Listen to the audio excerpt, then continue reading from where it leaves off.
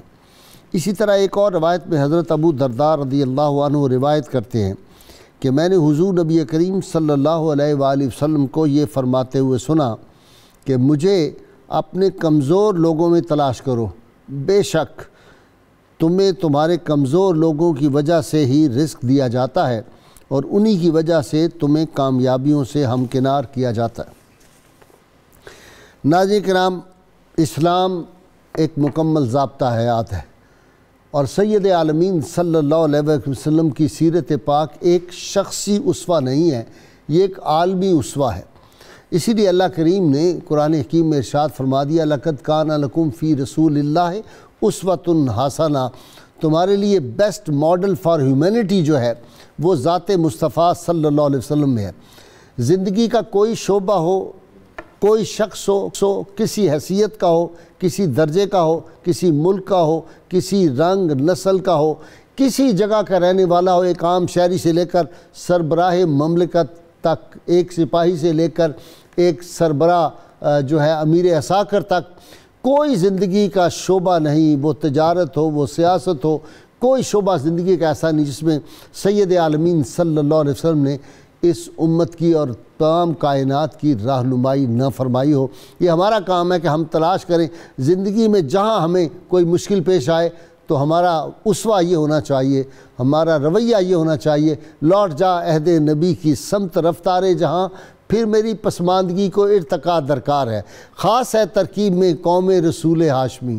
ہمارا طریقہ کار مسائل کو حل کرنے کا جو ہے وہ وہیں سے ہمیں رہنمائی، روشنی ہمیں وہیں سے ملے گی، اور جب تک ہم وہاں سے روشنی حاصل کرتے رہیں گے، یقیناً جنہوں نے روشنی حاصل کی تھی انہوں نے پھر دنیا میں فتوحات بھی حاصل کی، دنیا میں پھر ان کا نام بھی چمکا۔ اسی لیے اقبال کہتا ہے، کبھی اے نوجوان مسلم تدبر بھی کیا تو نے، وہ کیا گردوں تھا تو جس کا ہے ایک ٹوٹا ہوا تارا، تجھے اس قوم نے پالا ہے آغوش محبت میں کچل ڈالا تھا جس نے پاؤں میں تاج سر دارا۔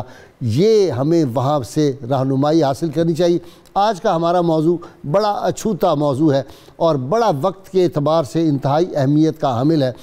عہد رسالت و عہد خلافت میں شاہراہوں کی تشکیل کے کیا اصول تھے؟ سید عالمین صلی اللہ علیہ وسلم نے نازل کرام ایک ایسی حدیث آپ نے ارشاد فرمایا، ایک آدمی جو پہلی امتوں میں تھا کوئی نیکی نہیں کی، صرف ایک دفعہ راستے سے کوئی کانٹے دار جھاڑی جو تھی اس کا حصہ ہٹا دیا، اللہ تعالیٰ نے اس کے اس عمل کے صدقے اس کو جنت عطا کر دی تھی۔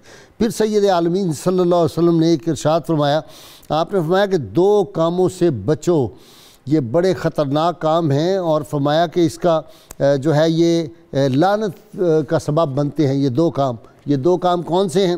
راستے میں جو ہے پیشاب کرنا یا سائے کے نیچے حاجات سے فارغ ہونا، جا کے سائے والی جگہ سے، اس سے منع فرمایا۔ ہم دیکھتے ہیں اکثر اوقات ہمارے ہاں لوگ سڑکوں پہ پیشاب کر رہے ہوتے ہیں، تو یہ باتیں جو ہیں لوگوں کے لیے آزار اور تکلیف۔ دین اسلام وہ ہے جو کہتا ہے ایک ایک آدمی کا آپ نے خیال رکھنا، ایک آدمی کو نقصان اگر پہنچے، مسلمان وہ ہے جس کی زبان اور ہاتھ سے مسلمان محفوظ رہے۔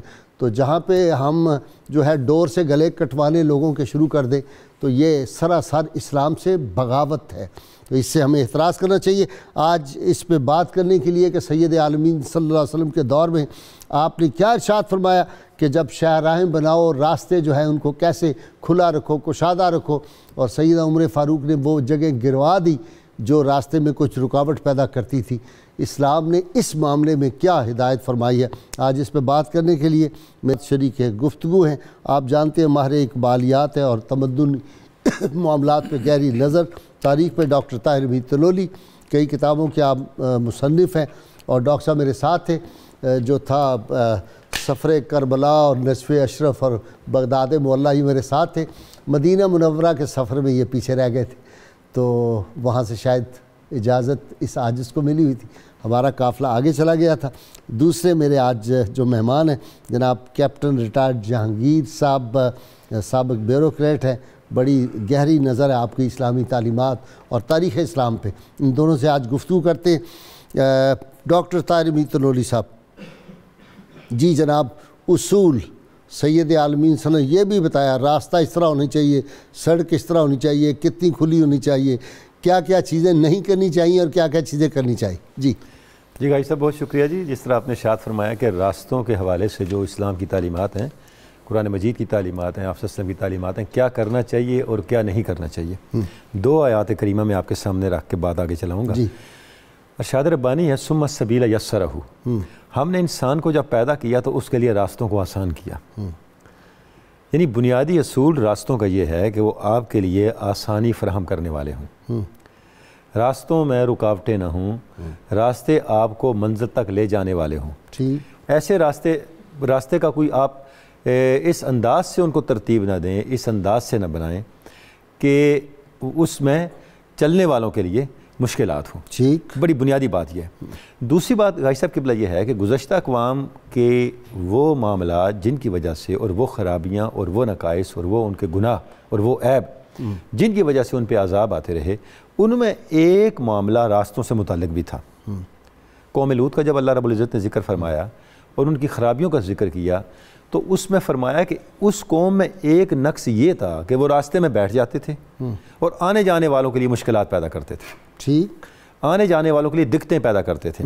لہٰذا ان کا یہ جو عمل تھا وہ ان کے لیے تباہی کا اور عذاب الہی کے آنے کا باعث بن گیا. ٹھیک, یعنی راستوں کے آداب جو ہیں وہ ہم دیکھتے ہیں کہ فرام ویری بگننگ ہمیں وہ ملتے ہیں, اور قرآن مجید نے اس پر فوکس کیا, اس کے بارے میں ہمیں متوجہ کیا اور اس کے بارے میں تعلیم اور رہنمائی عطا فرمائی. جب تک آپ صلی اللہ علیہ وسلم کی حیات پاک مکہ مکرمہ میں گزری, ظاہر ہے وہ ابتدائی زمانہ تھا, تبلیغ کا زمانہ تھا, دعوت کا زمانہ تھا. جب آپ ہجرت فرما کے مدینہ طیبہ تشریف لے گئے تو وہاں پہ تشکیل اسلامی سوسائٹی کی اور اسلامی ریاست کی شروع ہوئی.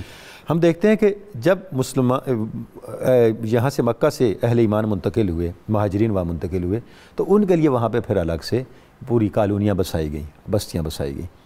تو جہاں ہر قبیلے اور ہر جو طبقہ تھا, فیملی گروپ تھا, اس کے لیے الگ گھر بنے, وہاں پر راستوں کا اہتمام بھی رکھا گیا.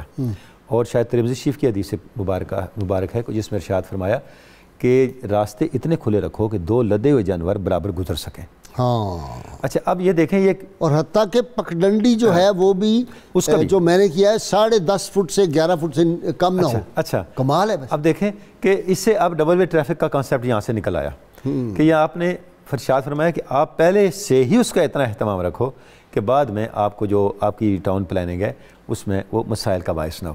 چونکہ بنیادی بات یہ ہے کہ راستے کی اہمیت غازی صاحب ہمارے دین میں بڑی بنیادی ہے. راستہ ہو اور سیدھا ہو, یہی دین ہے. واہ واہ, جب آپ کو یہ تصور سمجھ آ جائے, صراط المستقیم میں یہ شامل ہے, راستہ ہو, تعمیر کا راستہ بتا, پہلی بات ہے راستہ ہو اور سیدھا ہو, اور سیدھا ہو.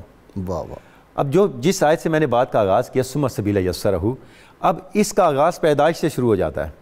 یعنی اللہ رب العزت نے ارشاد فرمایا ہم نے انسان کو پیدا کیا اور اس کو اس دنیا تک آنے کا ایک راستہ دیا, اور اس کے لیے پھر دنیا میں اس کے لیے راستے آسان کیے.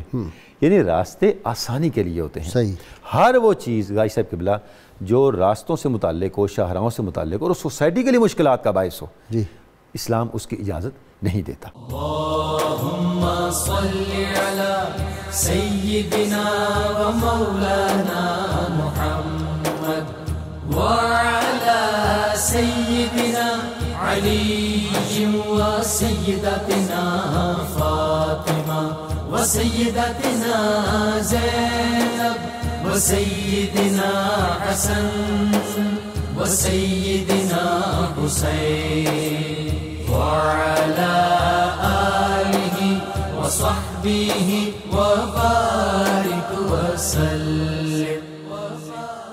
اللهم صل على سيدنا ومولانا محمد وعلى سيدنا علي وسيدتنا فاطمة وسيدتنا زينب وسيدنا حسن وسيدنا حسين وعلى آله وصحبه وبارك وسلم.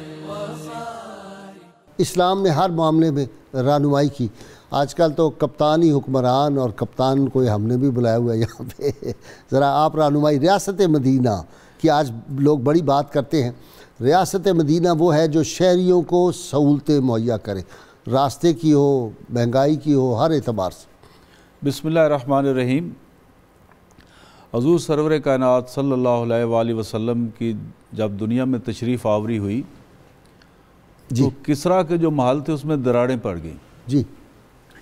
اسلام نے جو صدیوں قبل غلامی کا جو نظام قائم تھا اس پہ آ کے ضرب لگائی. پہلا جو درس دیا وہ مساوات کا دیا. ٹھیک. اللہ تعالیٰ کے نزدیک سب برابر ہیں. اِنَّ أَكْرَمَكُمْ عِنْدَ اللَّهِ أَتْقَاكُمْ. ٹھیک ہے.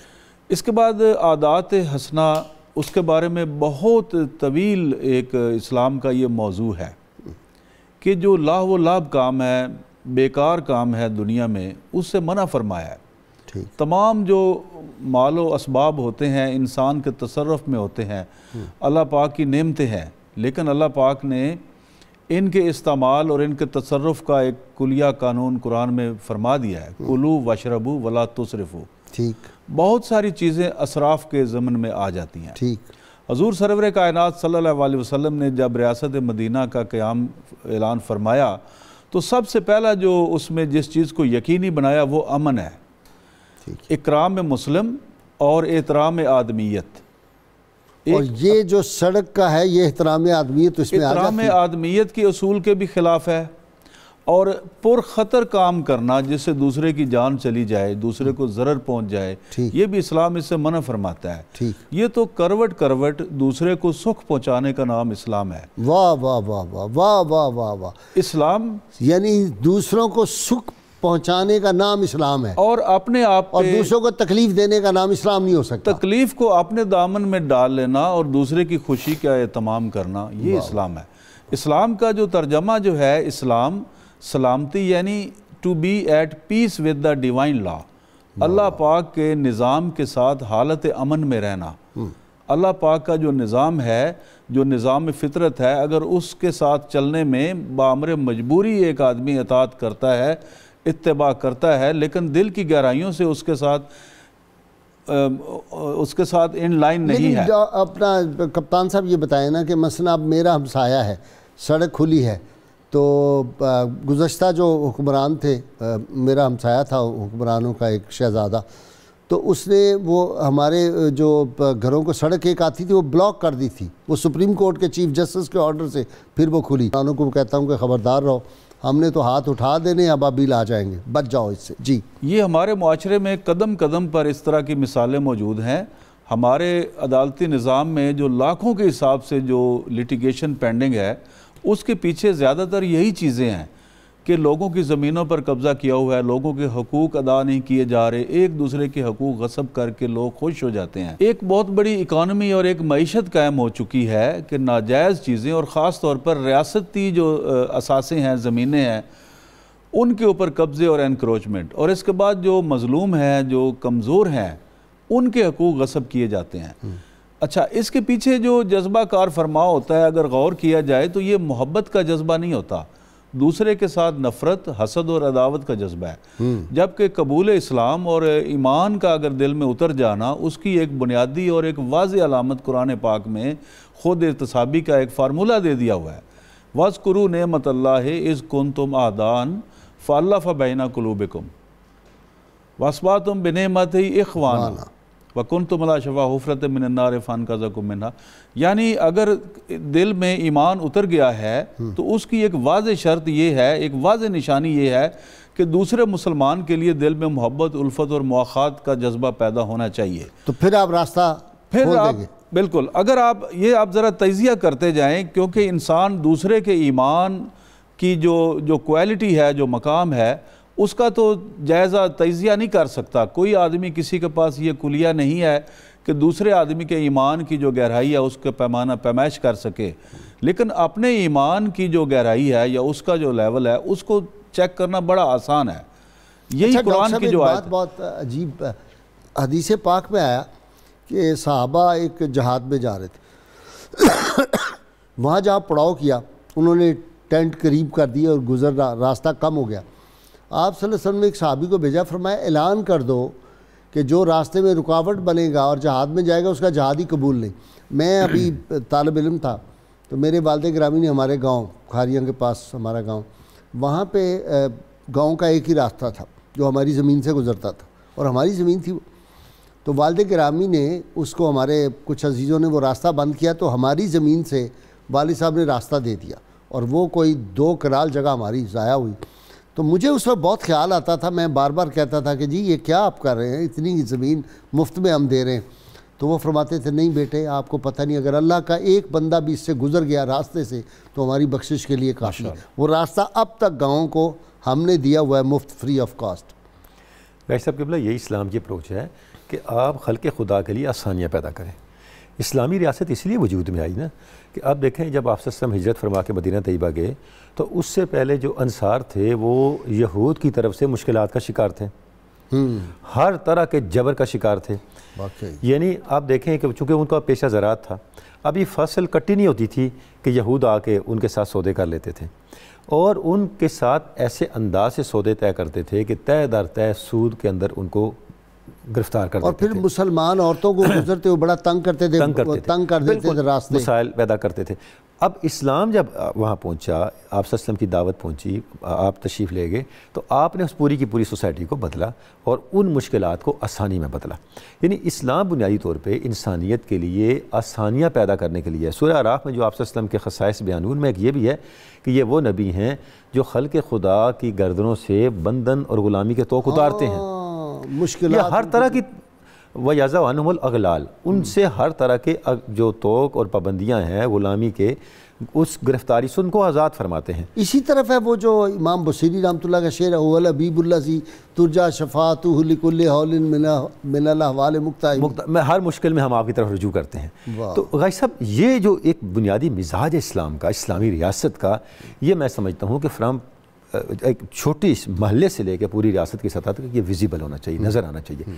اسلامی ریاست اپنے شہریوں کو, چونکہ ہم ریاست مدینہ کی بات کر رہے ہیں, اپنے شہریوں کو تحفظ کا احساس دیتی ہے, استحکام کا احساس دیتی ہے. ان کو ان کے اندر یہ احساس غالب ہوتا ہے کہ یہاں عزت اس شخص کی ہے جو قانون کو فالو کرنے والا ہے, جو قانون کا احترام کرنے والا ہے وہ محترم ہے, جو قانون کا احترام کرنے والے نہیں ہے اس کا کوئی احترام نہیں ہے.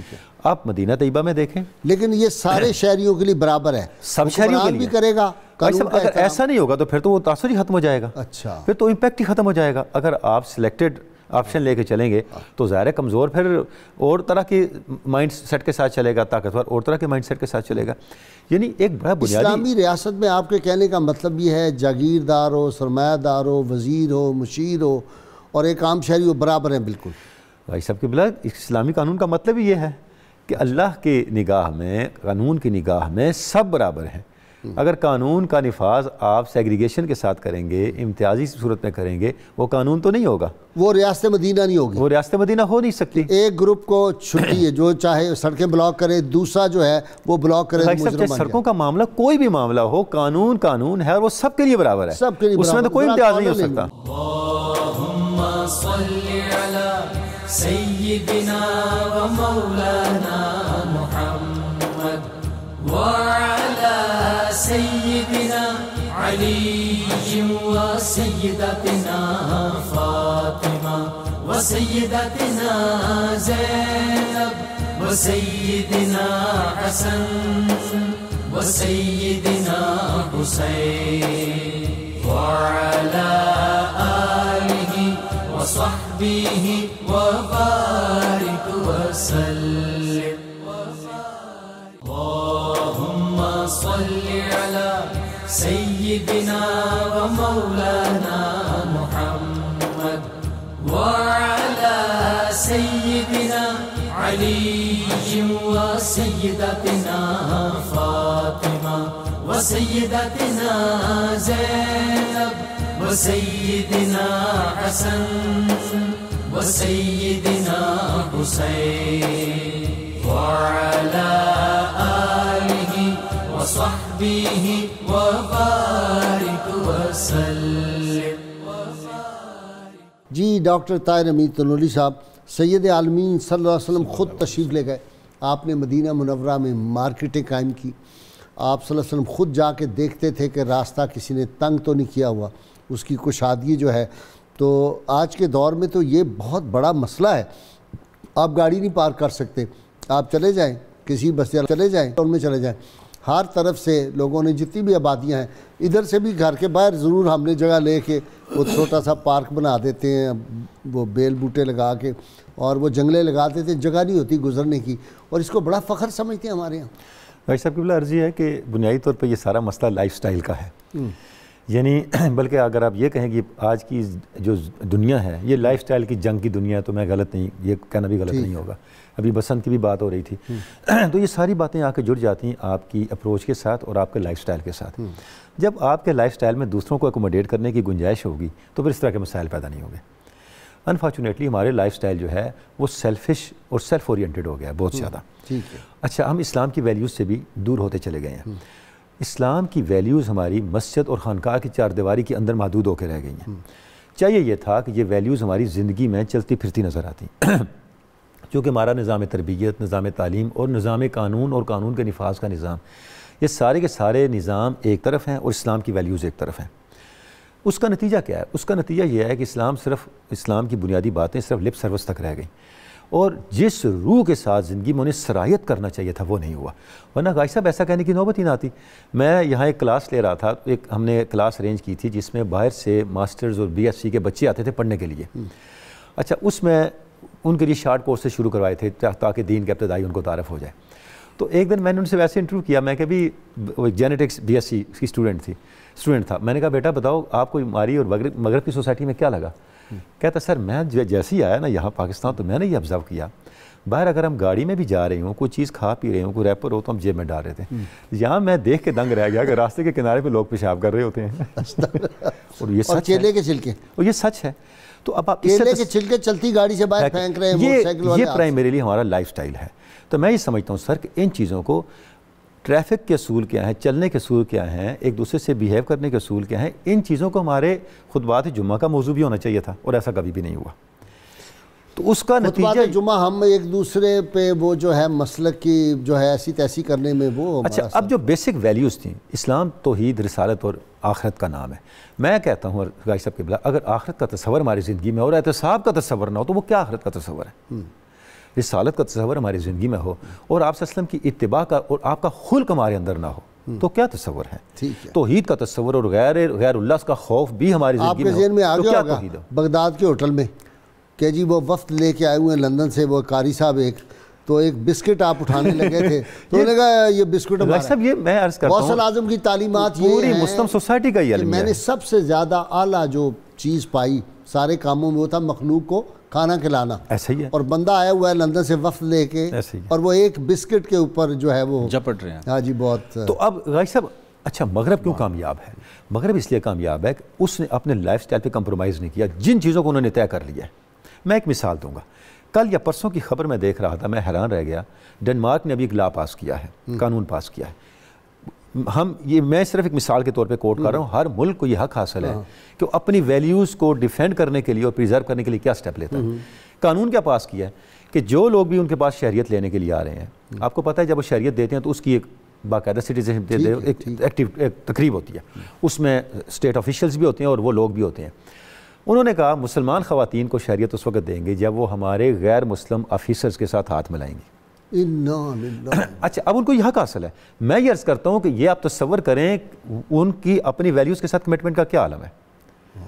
اگر وہ یہ سمجھتے ہیں کہ کوئی دوسری کمیونٹی ہمارے پاس آ کے شہریت لینا چاہتی ہے اور ہماری ویلیوز کے ساتھ کمپیٹیبل نہیں ہے تو اس سے کمپیٹیبلٹی پہلے پیدا کرنی ہوگی۔ دوسری ویلیوز کا بھی یہی عالم ہے۔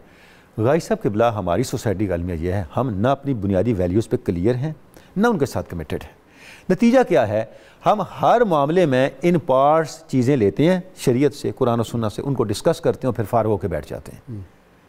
چاہے وہ معاملہ شاہراہوں کا ہو، چاہے وہ معاملہ قومی شاہراہ کا ہو، قومی زندگی کی شاہراہ کا ہو، آئین کی شاہراہ کا ہو، آئین کا ہو، کانسٹیٹیوشنل ایوینیو کا ہو یا کانسٹیٹیوشن کا ہو، وہ ڈسکشن تک ہی رہ جاتا ہے۔ جو نئے انہوں نے کہا کہ صوبے بنانے کا ذرا مختصر بڑا سادہ سا اصول میں عرض کرتا ہوں، جب سعد ابن ابی وقاص نے قادسیہ فتح کر لیا تو آپ نے وہاں سٹے کیا اور حضرت عمر فاروق کو لکھا، اطلاع دی اور فرمایا ہمیں اجازت دیں کہ ہم آگے چلیں.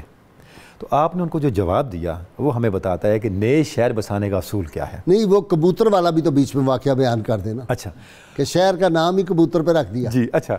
تو اب کیا ہوا جناب، آپ سیدنا عمر فاروق نے ارشاد فرمایا کہ تم آگے نہ بڑھو چاہے کتنے ہی سازگار حالات کیوں نہ ہوں، تا وقت کہ دار ہجرت مجاہدین کے لیے قائم نہ کر لو، اللہ، تا وقت کہ محاذ جہاد مستحکم نہ کر لو، اور یہاں پہ نئی بستی بساؤ. اور آگے اس خط کا جو آخری حصہ ہے صاحب بڑا امپورٹنٹ ہے. یعنی ہم یہ بات کر رہے ہیں کہ آپ نئے شہر آباد کرنا چاہتے ہیں، آپ نئے جو ہیں صوبے بنانا چاہتے ہیں. آپ نے آخری جملہ یہ لکھا وَلَا تَجْعَلْ بَيْنِي وَبَيْنَ الْمُسْلِمِينَ بَحْرًا. جب نیا شہر بساؤ یہ خیال کرنا میرے اور مسلمانوں کے درمیان کوئی سمندر حائل نہ ہو، مرکز سے دوری نہ ہو. غازی صاحب یہ بنیادی طور پہ ایک انتظامی مسئلہ ہے. ٹھیک، یہ قطعاً بھی کوئی ایسا تعصب کا مسئلہ نہیں ہے. آپ نے لوگوں کو فیسیلیٹیٹ کرنا ہے. جب لوگوں کی ول ہو، لوگوں کی رائے ہو اور لوگ اسے فیسیلیٹیٹ ہو سکتے ہوں، اور ایز اے ہول مکمل جو کلیاتاً آپ کا جو اسٹیٹ سٹرکچر ہے، سوشل سٹرکچر ہے، وہ نیگیٹیولی افیکٹ نہ ہوتا ہو، تو آپ کو نئے شہر بسانے کا فیصلہ کرنا چاہیے. دیکھیں نا جی، کبوتر آ کے بیٹھ گیا ٹینٹ میں اور لکھا کہ یہاں اس نے بچے دے دیے ہیں تو اب ہم اس کو نہیں نکال سکتے، اور اس نام سے شہر بھی آباد کر دیا. اچھا جی، ریاست مدینہ کے ہماری بہن نے پوچھا، اسما بی بی نے، کہ اصول کیا ہے؟ موٹے موٹے بتا. 3-4 بڑی بنیادی باتیں. جی جلدی. سب سے پہلی بات یہ ہے کہ معاشی استحکام ہونا چاہیے. ٹھیک، آپ نے سب سے پہلا کام یہ کیا، مواخات قائم فرمائی. ٹھیک.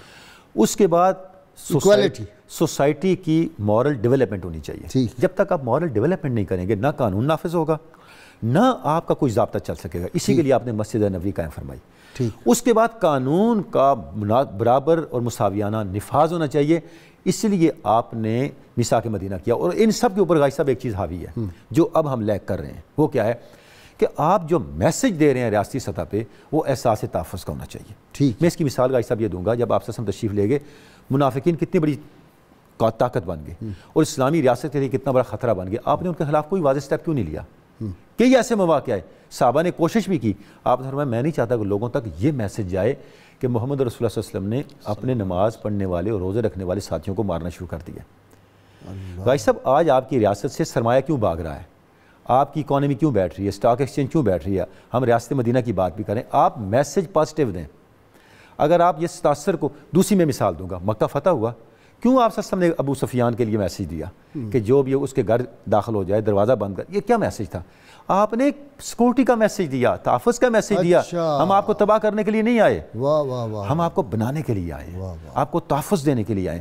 اس وقت مسئلہ یہ ہے ہم قانون کی، اسلام کی بات کرتے ہیں اور لوگوں کو ڈرا دیتے ہیں پکڑ کے. ہم ریاست مدینہ کی بات کرتے ہیں اور لوگوں کو ڈرا دیتے ہیں. لوگوں کو خوشخبریاں دینی چاہیے، لوگوں کو آپ استحکام دیں. صحیح ہے. لوگوں کو تحفظ دیں. کالا علم ذرا بتائیں نا. غازی صاحب اس کی تلاش میں بھی ہوں. معلومات آپ کو جب ملے تو مجھے بھی بتائیے گا.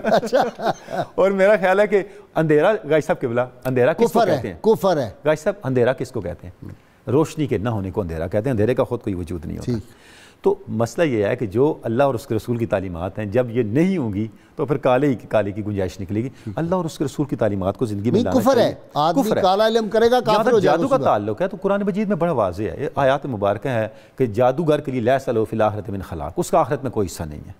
یعنی جادو، اگر واضح جادو کی ہم بات کر رہے ہیں تو قرآن مجید نے جادو کی نفی فرمائی، اس کو کفر قرار دیا. اللہم صلی علی سیدنا و مولانا محمد وعلى سيدنا علي وسيدتنا فاطمة وسيدتنا زينب وسيدنا حسن وسيدنا حسين وعلى آله وصحبه وبارك وسلم.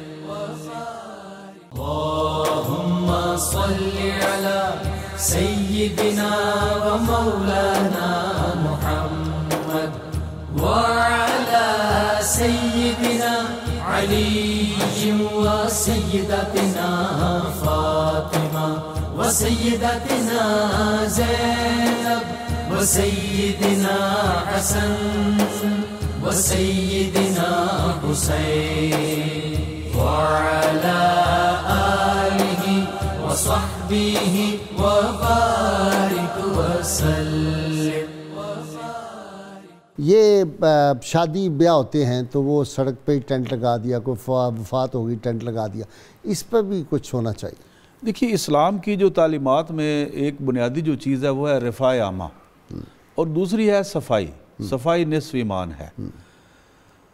ہمارے ہاں سڑکوں کے اوپر ٹینٹ لگا دیتے ہیں, مریض جا رہے ہوتے ہیں, ایمبولینسز رک جاتی ہیں, لوگ شادیانے بجا رہے ہیں, GT روڈ پہ جلسے, سڑکوں کے اوپر جلسے کرتے ہیں, سڑکوں پہ تقریریں ہو رہی ہیں, حالانکہ اس کام کے لیے مقامات موجود ہوتے ہیں, مساجد میں بیٹھ کے مشاورت کی جا سکتی ہے. اور میں نے دیکھا ہے کہ رکشے میں اموات ہو گئی, مریض کو وہاں پہنچایا جا نہیں سکا, اور اب رستے میں جو پیدائش بچوں کی ہو گئی, بچوں کی پیدائش رکشوں میں ہو جاتی ہے, اور سڑکوں کے اوپر ہم لوگ کچرا اس طرح پھینکتے ہیں بے دریغ. یہ تو آپ دیکھیں کہ رسول اللہ صلی اللہ علیہ وسلم اپنے حجرہ مبارک کی, اپنی گلی کی خود اپنے ہاتھوں سے صفائی کیا کرتے تھے. ایسا ہی ہے. ایک اعرابی نے مسجد میں آ کے پیشاب کر دیا تو رسول اللہ صلی اللہ علیہ وسلم نے سخت منع فرمایا کہ کوئی ناراض نہ ہو اس سے, اس کو کرنے دو, جب یہ بیٹھ گیا ہے تو اس کو کرنے دو, اور خود اپنے ہاتھوں سے اس کو صاف کیا اور دھویا. آج ہم سڑکوں کا, گلیوں کا کیا حال کرتے ہیں. نہیں لیکن پھر اسلام میں تو یہ بھی ہے نا جی, کہ آپ نے دیکھیں شیر شاہ سوری نے جو بنائی تھی یہ شاہراہ بنائی تھی, آج بھی اگر آپ غور سے دیکھیں ایک ایک فرلانگ پہ ایک بڑا درخت آپ کو نظر آئے گا شیشم کا, ساتھ جانوروں کے پانی پینے کے انتظام, ساتھ مسافر خانے, مسافر خانے اور واش روم. اب مجھے بتائیں بڑے شہر میں کوئی آدمی آ جائے واش روم ہی نہیں ہے, واش روم نہیں ہے. پورے شہروں میں اتنے بڑے شہر ہیں, پبلک واش روم وہاں نہیں بنے ہوئے, پبلک ٹوائلٹ نہیں ہے, لوگ نالیوں پہ بیٹھ کر غلاظت پھیلا رہے ہوتے ہیں. اور صفائی کے بارے میں ہمیں اتنا ادراک نہیں ہوتا. لوگ اگر دیکھیے جو نماز کا جو نظام ہے, 5 وقت جس نے وضو کرنا ہے, پاکیزہ ہونا ہے, غسل کرنا ہے, یہاں سے ابتدا ہوتی ہے. اس کے بعد اس کو اپنے ارد گرد کا ماحول صاف چاہیے, کم سے کم اپنا گھر اور اپنی گلی اس کو صاف کر لیں. میں نے دیکھا ہے کہ لوگ جو ہے کوڑا کرکٹ شاپرز میں ڈال کے گلی میں پھینک دیتے ہیں, اور اس سے گٹر چوک ہو جاتے ہیں. ہمارے اپنے علاقے میں بہترین سڑک بنی ہوئی ہے, گٹر موجود ہیں, لیکن لوگ احتیاط نہیں کرتے, چیزیں کچرا باہر پھینکتے ہیں, اور اس سے جو نالیاں ہیں, جو سیوریج ہے وہ بلاک ہو جاتی ہے. اس سے اتنی تکلیف ہوتی ہے. ہمارے ہاں میں نے ایک ایسی جگہ پہ دیکھا ہے, وہاں رستہ نہیں, نمازی پانی میں چل کے, گندے پانی میں چل کے جا رہے ہیں, اور مسجد میں جا کے وضو کر کے دھو رہے ہیں. تو یہ ہمارے جو حکمران ہیں, یہ نظام صلاۃ کو جو قائم کرنا ہے, اس میں یہ چیزیں شامل ہیں. یہ صرف مسجدوں کی صفائی, مسجد کو بجلی پرووائڈ کر دینا اور امن و امان پرووائڈ کر دینا, اس کے علاوہ بھی کچھ ہے. ایک اور بات ڈاکٹر طاہر میتھنولی, یہ بعض اوقات پبلک مقامات ہیں, سڑکوں پہ مسجد بنا دی, پکڑ کے جلدی سے مسجد بنا دی, اب گراؤ جی مسجد کو, اس کا کیا تصور ہے؟ غازی صاحب لاشبہ جو چیز بھی ہونی چاہیے, سرکار مدینہ صلی اللہ علیہ وسلم تو جگہ بچے دے رہے تھے, ڈونیٹ کر رہے تھے, انہوں نے کہا نہیں اس کی قیمت ادا کرنی, قیمت ادا کر کے مسجد نبی ضابطے کے تحت ہی ہونا چاہیے. اللہ کا گھر آپ نے بنانا ہے تو اس کی لوکیشن کیسی ہے, اس کے دائبیں, اس کے ادب, احترام, صفائی, ماحول, اس سب کا لحاظ رکھ کے, اور کمیونٹی کو اعتماد میں لے کے جن لوگوں نے اس مسجد کو آباد رکھنا ہے.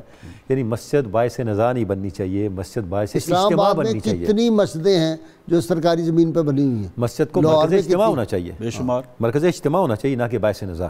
تو ایک مسجد ایسی بھی تھی مسجد مدینہ طیبہ میں جس کو گرایا گیا, اور ایک مسجد کو مسجد تقویٰ قرار دیا. اچھا یہ بتائیں, یہ جو بڑے بڑے اجتماع ہوتے ہیں, لوگ کہتے ہیں یہ تو تبلیغ کے لیے ہم اجتماع کر رہے ہیں, کتنے دن سڑکیں بلاک ہو گئیں, کتنا اس میں نقصان ہوتا ہے, کتنی ڈرگز آ جاتی ہیں اس میں, اس کا بھی کوئی تصور ہے؟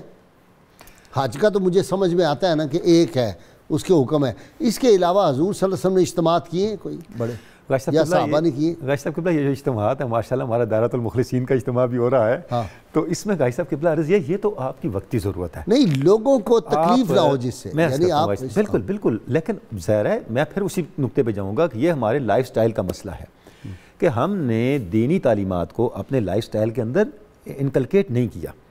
اس کا نتیجہ غازی صاحب قبلہ یہ ہے, جو میرا ایجنڈا ہے نا, چاہے وہ میرا ذاتی ایجنڈا ہے, خاندانی ایجنڈا ہے, مذہبی ایجنڈا ہے, تنظیمی ایجنڈا ہے, اس کو میں نے پورا کرنا ہے سوسائٹی کی تکلیف کی قیمت پہ, ٹھیک, چاہے سوسائٹی عذاب کا شکار ہو جائے. تو ہمیں یہ جو بھی ہم اقدامات لے رہے ہیں سوسائٹی کی اصلاح کے لیے لے رہے ہیں تو اس کی قیمت سوسائٹی کا مسئلہ ادا نہ کرے۔ بہت شکریہ ڈاکٹر طاہر میر تلولی کپتان صاحب، آپ کا بھی بہت شکریہ۔ کتاب الشفا سے نسخہ ناظرین کرام جنون اور مرگی کا روحانی علاج ہے۔ جنون اور مرگی کی بیماری میں روزانہ صبح و شام 3 بار سورہ فاتحہ پڑھ کر دم کرنے سے جنون اور مرگی جیسی بیماریوں سے اللہ تعالیٰ نجات عطا فرماتا ہے۔ حضور غوث اعظم سیدنا عبدالقادر جیلانی رحمہ اللہ کا قول مبارک ہے، فرماتے ہیں اپنا سب کچھ اللہ کے حوالے کر دو، اللہ تعالیٰ سب کو آپ کی خدمت پر معمور فرما دے گا۔ اللہم صلی علی سیدنا و مولانا محمد وعلی سیدنا علی و سیدتنا فاطمہ و سیدتنا زینب و سیدنا حسن و سیدنا حسین وعلی آلہ و صحبہ و بارک وسلم۔